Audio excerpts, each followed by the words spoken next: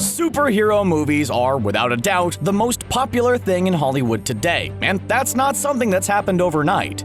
They've existed for decades, but have only reached their current levels of popularity in this new millennium. In this documentary, we'll take a look at the path superhero movies have taken to reach their current state.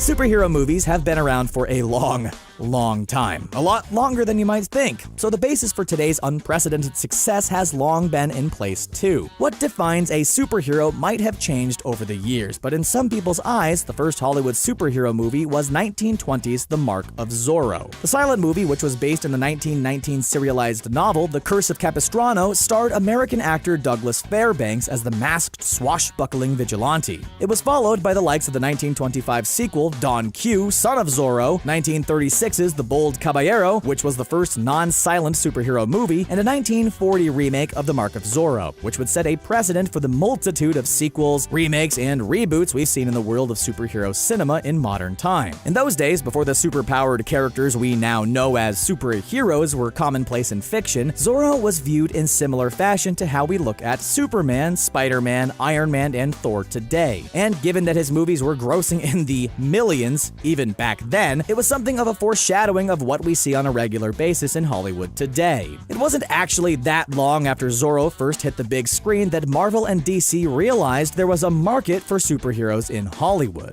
In 1944, Marvel, or Timely Comics as they were known back then, released a 15-chapter black and white serial movie loosely based on Captain America, who at that point had only existed in print for 3 years. While Captain America was an incredibly popular character at the time, his popularity, and indeed the popularity of superheroes in general, temporarily waned following World War II. But in 1951, DC Comics produced a theatrically released pilot for their Adventures of Superman TV series called Superman and the Mole Men, and superhero cinema hasn't really come to a halt at any point since then. Granted, the rate of production has never been anywhere near as prolific as it is now, but from the 1950s onward, we've seen at least one superhero movie in every single decade. There were, of course, more old-fashioned superhero-type movies still to come, with releases such as more Zorro movies and some Lone Ranger offerings still proving to be popular after that. But Marvel, DC, and other superhero movie releases in the mold of the ones we enjoy so much today have been fairly regular occurrences ever since. 1954 saw the release of the 18-minute short Stamp Day for Superman, the second Superman movie starring George Reeves, and 1966 saw a cinematic spin-off of the Adam West Batman TV series. The 1970s saw, amongst other examples, another Zorro remake, the first blaxploitation superhero movie in 1977's A Bar, the first Black Superman, and most notably, the first superhero movie that felt similar in scale to the ones we see today, both in terms of budget and plot, in the form of 1978's Superman. It set the precedent for every superhero movie that came after it, and spawned no less than 3 sequels: 1980 Superman 2, 1983 Superman 3, and 1987's A Quest for Peace, as well as a spin-off in the form of 1984's Supergirl, which started the idea of superhero cinematic universes, even if it was absolutely terrible. The 1980s also saw Marvel getting back in on the action. 1986's Howard the Duck was undoubtedly utter garbage, but it's become something of a cult classic, and 1989 saw the first of 3 cinematic Punisher offerings. However, after the Superman movies got gradually worse and worse, DC decided to shift their focus to their other iconic male superhero, Batman, with 1989's self-titled Dark Knight offering, directed by Tim Burton and starring Michael Keaton. It would be followed by 3 further Batman movies: 92's Batman Returns, which saw Burton and Keaton reunite, 95's Batman Forever, and 1997's Batman and Robin, both of which were helmed by Joel Schumacher and which starred Val Kilmer and George Clooney respectively. The 90s also saw terrible, cheap, and nasty movies from Marvel based on Captain America and the Fantastic Four, although the latter was never released. Movies based on The Crow, The Shadow, and Tank Girl, a brilliant movie based on the Mask comic starring Jim Carrey, and a horrendous effort from DC with basketball legend Shaquille O'Neal starring as Steel. Yeah, that actually happened. It was the late 90s and early 2000s, however, when the rise of comic book movie popularity began, triggering the perpetual increase that has occurred since. In 1996, Marvel was on the verge of bankruptcy, but were bought out by Toy Biz, with Avi Arad, Bill Jemas, Bob Harris, and Isaac Perlmutter overseeing the various areas of the new company. However, they were forced to sell the rights to several of Marvel's most popular characters to different movie studios. And with Marvel Enterprises assisting with production, the likes of 1998's Blade, 2000's X-Men, and 2002's Spider-Man were made by New Line Cinema, Fox, and Sony, respectively. All of those movies were massively successful and spawned several sequels, but having sold the rights to the characters in question, Marvel was only getting a tiny percentage of the millions of dollars they were bringing in at the global box office. In the 2000s, superhero movies began to take over. The ongoing X-Men, Blade, and Spider-Man movies were joined by 2003's Daredevil and Hulk, 2004's Catwoman, The Punisher and Hellboy, 2005's Elektra, Fantastic Four, Constantine, and V for Vendetta, 2006's Superman Returns, 2007's Ghost Rider, and 2009's Watchmen, to name but a few. There were also a number of more offbeat offerings, like 2006's My Super Ex-Girlfriend and 2008's Hancock, as well as family-friendly superhero movies like 2004's The Incredibles, 2005's The Adventures of Shark Boy and Lava Girl in 3D, and 2006's Zoom. In fact, movies in the genre were becoming so prominent that there was even a spoof superhero movie in the form of 2008's aptly named Superhero Movie. If truth be told, it was one of the worst movies ever made, but for something to be spoofed in the first place, it simply has to be incredibly popular.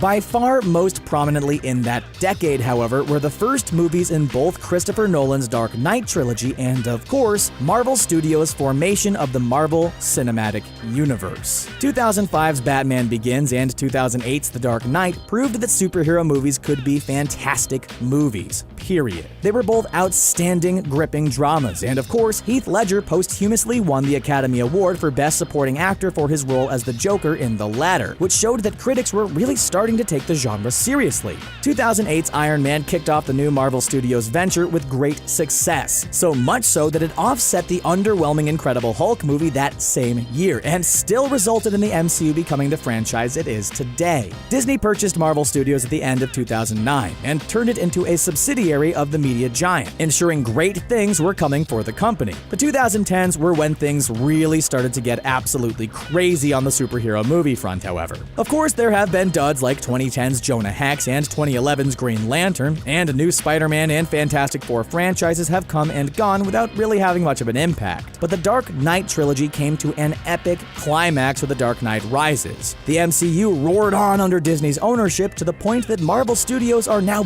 busting out 3 movies a year. The X-Men franchise continued to thrive, and DC started its own cinematic universe with Warner Bros. Pictures handling distribution duties, admittedly with extremely mixed reviews. And that's where we are now.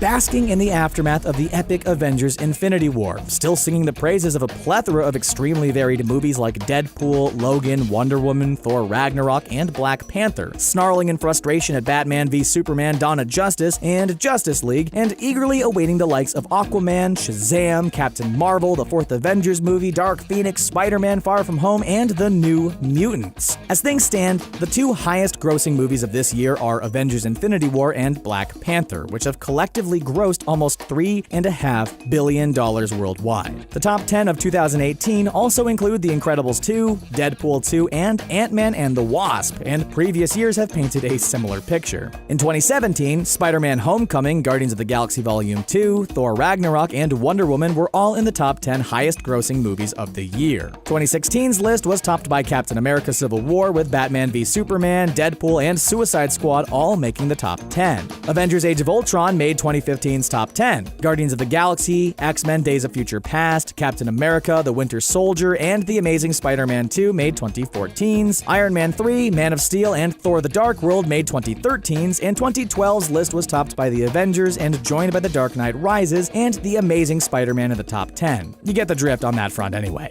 Since 2008, Marvel movies alone have grossed more than $17 billion worldwide, which is around 14% of the total box office takings of every movie released on this planet in that time. In terms of the all-time list, 9 of the top 50 highest-grossing movies are superhero offerings, those being Avengers Infinity War, The Avengers, Avengers Age of Ultron, and Black Panther, all of which are in the top 10. The Incredibles 2, Iron Man 3, Captain America Civil War, The Dark Knight Rises, and The Dark Knight, and you have to imagine that number will increase rapidly in the coming years, given the superhero movies we know are on the way. So, what are the factors that have resulted in superhero movies becoming more common, more varied, and more popular than any other genre? Why is it that Hollywood is saturated with them? Why is every highest-grossing list dominated by them? And why is it that any releases in the genre, even the critically panned ones, are pretty much guaranteed to make good money?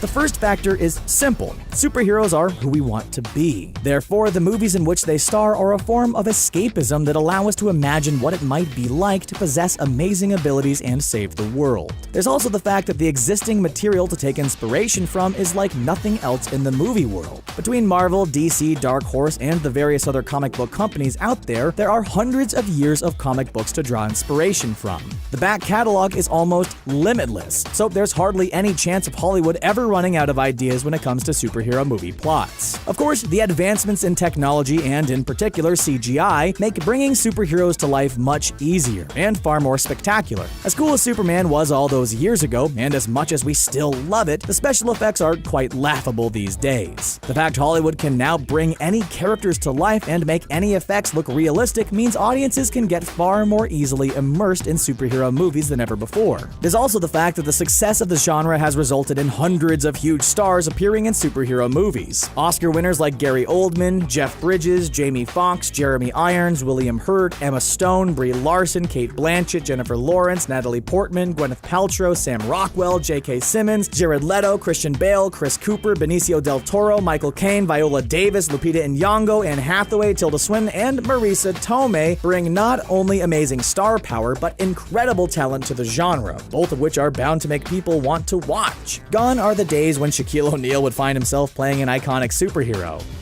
Perhaps most importantly, however, is the fact that superhero movies offer a little bit of something for everyone. Adults can revel in Deadpool and his pals dropping C-bombs and enjoy Night Owl and Silk Spectre romping to the sound of Leonard Cohen's Hallelujah. And kids can laugh at Spider-Man's witty one-liners and comment on how cute Rocket Raccoon is. That's putting it all very simply, though. The fact is, superhero movies cover pretty much every genre, from comedy to horror and everything in between. If an apocalyptic event was to mysteriously wipe out all evidence of every movie ever made, apart from superhero movies, there'd still be hints of every other genre left. If you want a good laugh, watch The Mask or Deadpool. If you want horror, blood, and gore, watch the Blade trilogy. If you want a fantastic espionage thriller, watch Captain America: The Winter Soldier. If you want to keep the kids happy, spend the afternoon watching the 2 Incredibles movies. And if you want to watch a hero's journey followed by a crime movie followed by a war movie, watch the Dark Knight trilogy. Superhero movies are that versatile. Oh, and alternatively, if you want to watch a steaming pile of crap, watch Howard the Duck or Steel. See? Something for everybody. On that note, what is it that makes a good superhero movie? For starters, the people behind the movies have to at least somewhat respect the source material when they're making movies about comic book characters. While it's obvious that not everything in comic books will translate well to the big screen, some costumes would look ridiculous in live action, for example. Completely ignoring the source material and totally changing a character or concept will invariably annoy fans. The most highly criticized characters in comic book movie history are the ones that have broken this rule, like Halle Berry's Catwoman, the Vinnie Jones version of Juggernaut, that awful Frankenstein version of Deadpool, Cloud Galactus, and Iron Man 3's Mandarin. It's also extremely important that the right stars are cast to play the right characters. It's all well and good bringing in big names to boost a superhero movie's profile, but if they aren't suited to a role, it isn't gonna work. Comic book fans are very aware of their favorite characters' personalities, and take it very badly if an actor deemed unsuitable is picked up to play them. While movie fans everywhere would be thrilled to see Tom Hanks cast as Norman Osborn, there's not a human being alive today who wouldn't be furious if Rob Schneider was cast as Darkseid, although that'd be pretty awesome. Ryan Reynolds is a great example of how superhero casting can go both horrendously wrong and beautifully right. As both Hannibal King in 2004's Blade Trinity and Hal Jordan in 2011's Green Lantern, he was terribly miscast, and fans reacted accordingly. But as Deadpool in the Merc with a Mouth 2 movies, he couldn't be more perfect. A focus on characters is obviously extremely important too. Good, developed characters make movies in any genre, and helping audiences to get to know them makes a movie experience better. One thing you'll notice in the Marvel Cinematic Universe is that the movies rarely refer to Captain America or Iron Man. It's nearly always Steve Rogers or Tony Stark, and that's because they're people as well as icons. It's important to remember that, even in the case of huge all-out action scenes. On a related note, there should also be no branding or fetishizing any aspects of the comics or another. That's not what movies should be about. Concentrating on characters first and foremost is what's most important. Superhero movies should be stories, not commercials. The villain is also a decisive element in a successful superhero movie. Often in the past, the villain has been shamefully ignored, and the movie has suffered as a result. Take Malekith in Thor the Dark World, or Ivan Vanko in Iron Man 2 for example. Christopher Eccleston and Mickey Rourke were wasted. Villains should be explored and developed, and where possible, even somewhat likable or flirting with heroism, as Tom Hiddleston's Loki and Josh Brolin's Thanos have proved. Humor is also key in superhero movies, in the sense that the often ludicrous nature of the genre means it shouldn't take itself too seriously, but laughs should be situation or reaction based. Humor shouldn't be shoehorned into a superhero movie just for the sake of it. When the stakes are high, fans don't always want to be thinking about how clever or witty the observations of a character or the people making the movie are. They want to be thinking about the plot and what's actually happening on screen. Simplicity is also critical. While comic book fans are familiar with concepts like telepathy, infinity stones, time travel, and cosmic entities, movie fans aren't necessarily so clued up. It's essential to make plots and plot elements as simplistic as possible. Otherwise, superhero movies can come across as complete nonsense to casual moviegoers. Whether that means reducing the number of characters, toning things down from the comics, or otherwise, it's important. Spider-Man 3 could have done with one less villain, for example. It also helps when a movie is visually distinct. In recent years, the prime examples of that have been 2016's Doctor Strange and 2018's Black Panther. Doctor Strange was every bit the psychedelic cinematic trip, while Black Panther was filled with color and brilliant wide shots that enabled the viewer to take in all the action without it being choppy and disorienting. Vibrant colors, a distinct tone, and flawless cinematography can make a superhero movie. In exactly the same way, all of that can make any other kind of movie. Watchmen was another great example back in 2009. The way certain shots were perfectly recreated from the comics was a work of genius, but we can go as far back as Tim Burton's Batman movie to see some prime examples of genuinely top-class cinematography in the genre. These days in particular, it's also becoming more and more essential that superhero movies break the mold. There are so many of them that the structures, particularly the origin stories, are becoming very samey. A character becomes a superhero, comes to terms with his or her new abilities, rights a few wrongs, and gains an enemy, typically one with exactly the same powers and abilities as them, then defeats them in a climactic fistfight. It's getting boring. Avengers Infinity War hit the nail on the head with the whole breaking the mold thing. The villain won. Granted, that won't last long, as Thanos is bound to be defeated in next year's sequel, but it was a start. That's the story of superhero movies so far, and why they're so popular, but what does the future hold for superhero films? Can they stay at the forefront of world cinema? Well, the short answer is yes. Superhero movies are a genre, so asking if they can stay relevant is kind of like asking if thrillers, comedies, science fiction, or horror can stay popular. Like any other genre, however, superhero movies will have to evolve, as they already have done over the years and as other genres have done. Horror movies, for example, go through fads. Once it was slasher movies like Halloween, Friday the 13th, and Nightmare on Elm Street. Then it was supernatural horrors like What Lies Beneath, The Ring, and The Grudge. Then it was torture movies like Saw, Hostel, and Wolf Creek. As we've already touched upon, superhero movies can tap into other genres as well as years and years worth of existing comic book material, so keeping them fresh and evolving them really shouldn't be too difficult. They're already becoming more inclusive and diverse, with Black Panther becoming the first superhero movie with a predominantly black cast and crew. Wonder Woman, The Wasp, and the upcoming Captain Marvel are bringing women to the forefront of the genre by having their names in the title of their own movies. And we've even seen homosexual characters in the genre, which makes a refreshing change as Deadpool 2 saw Negasonic Teenage Warhead in a relationship with fellow female mutant Yukio. All of that could see large groups of previously excluded demographics flocking to see superhero movies in the years to come. You might also think that superhero films can't get any bigger, that the likes of Avengers Infinity War have taken the scale of superhero stories as far as they can go, but that couldn't be further from the truth. Movies could bring in cosmic entities and items of power like the heart of the universe that make Thanos' Infinity Gauntlet look like a water pistol in comparison. They could look to deal with the multiverse as a concept and cross characters over with others from different realities. Things can seriously still get bigger and better than anything we've seen before. There are also some very compelling characters in comics who are nothing like the superheroes we've seen on screen in the past, and adapting them onto the big screen could keep the superhero genre fresh. Marvel and DC themselves have a bunch of characters who are completely different to the likes of Superman, Batman, Spider-Man, and Iron Man. Squirrel Girl, Slapstick, Lobo, and Ambush Bug are just begging for movies, but there are so many other companies whose characters would offer something completely different. Dark Horse Comics, for example, could look to bring the likes of futuristic bounty hunter Mercy St. Clair or the hilarious Boris the Bear to the big screen. Image Comics, in turn, could look to bring the likes of superhero police officer Savage Dragon or Food and Drug Administration agent Chew to the movie world. Hollywood could also look to brilliant ongoing comics like Saga, which is less superhero-esque and more like a space opera in the mold of Star Wars. But if Guardians of the Galaxy proved anything, superhero movie fans are happy to revere groups of space misfits as superheroes in the same way they do with anyone in the Avengers, X-Men, or Justice League.